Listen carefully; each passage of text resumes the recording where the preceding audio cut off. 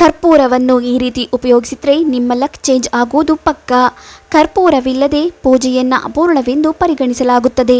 ಇದು ಶಕ್ತಿಯನ್ನು ಶುದ್ಧೀಕರಿಸುವ ಶಕ್ತಿಯನ್ನು ಹೊಂದಿದೆ. ಕರ್ಪೂರವನ್ನು ನೀರಿನೊಂದಿಗೆ ಬೆರೆಸಿ ಮನೆಯ ಮುಖ್ಯ ಬಾಗಿಲಿನ ಬಳಿ ಸಿಂಪಡಿಸುವುದರಿಂದ ಆಗುವ ಪ್ರಯೋಜನಗಳ ಬಗ್ಗೆ ಇಲ್ಲಿದೆ ಸಂಪೂರ್ಣ ಮಾಹಿತಿ. ಜ್ಯೋತಿಷ್ಯದಲ್ಲಿ ಅನೇಕ ಪರಿಹಾರಗಳನ್ನು ವಿವರಿಸಲಾಗಿದೆ.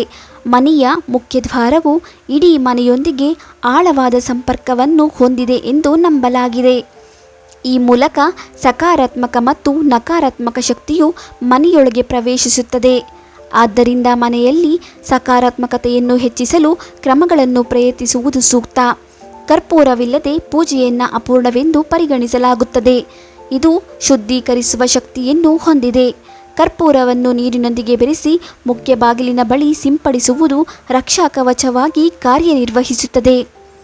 ಮುಖ್ಯ ದ್ವಾರದ ಮೇಲೆ ಕರ್ಪೂರದ ನೀರನ್ನು ಸಿಂಪಡಿಸುವುದರಿಂದ ಆಗುವ ಪ್ರಯೋಜನಗಳು ಯಾವುವು ಎಂದು ಇಲ್ಲಿ ತಿಳಿದುಕೊಳ್ಳೋಣ. ಶಕ್ತಿಯ ಶುದ್ಧೀಕರಣ. ಮನೆಯ ಪ್ರವೇಶದ್ವಾರವು ಬಾಹ್ಯ ಪರಿಸರ ಮತ್ತು ಮನೆಯ ನಡುವಿನ ಶಕ್ತಿಯ ಕೇಂದ್ರ ಬಿಂದುವಾಗಿದೆ.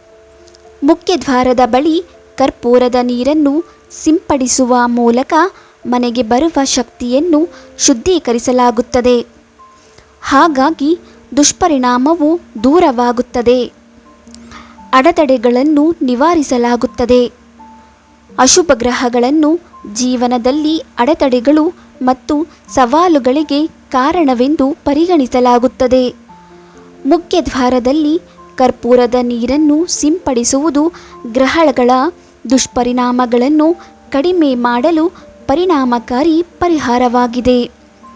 ಈ ನೀರು ಮನೆಯಿಂದ ನಕಾರಾತ್ಮಕ ಶಕ್ತಿಗಳನ್ನು ತೆಗೆದುಹಾಕುತ್ತದೆ. ನೀವು ನಿಯಮಿತವಾಗಿ ಕರ್ಪೂರದ ನೀರನ್ನು ಸಿಂಪಡಿಸಿದರೆ ಜೀವನದಲ್ಲಿ ಯಶಸ್ಸಿನ ಹಾದಿ ತೆರೆಯುತ್ತದೆ. ಸಂತೋಷ ಮತ್ತು ಸಮೃದ್ಧಿ ಹೆಚ್ಚಾಗುತ್ತದೆ. ಮನೆಯ ಮುಖ್ಯದ್ವಾರದಲ್ಲಿ ಕರ್ಪೂರ ನೀರನ್ನು ಸಿಂಪಡಿಸುವುದರಿಂದ ಗ್ರಹಗಳಿಂದ ಆಶೀರ್ವಾದ ಸಿಗುತ್ತದೆ. ಇದು ಮನೆಯಲ್ಲಿ ಸಂತೋಷ ಮತ್ತು ಸಮೃದ್ಧಿಯನ್ನು ಆಕರ್ಷಿಸುತ್ತದೆ ಎಂದು ನಂಬಲಾಗಿದೆ. ಮಾನಸಿಕ ಶಾಂತಿಯನ್ನು ಉತ್ತೇಜಿಸುತ್ತದೆ. ಕರ್ಪೂರವು ದೈಹಿಕವಾಗಿ ಮತ್ತು ಆಧ್ಯಾತ್ಮಿಕವಾಗಿ ಶಾಂತಗೊಳಿಸುವ ಮತ್ತು ಹಿತವಾದ ಗುಣಗಳನ್ನು ಹೊಂದಿದೆ.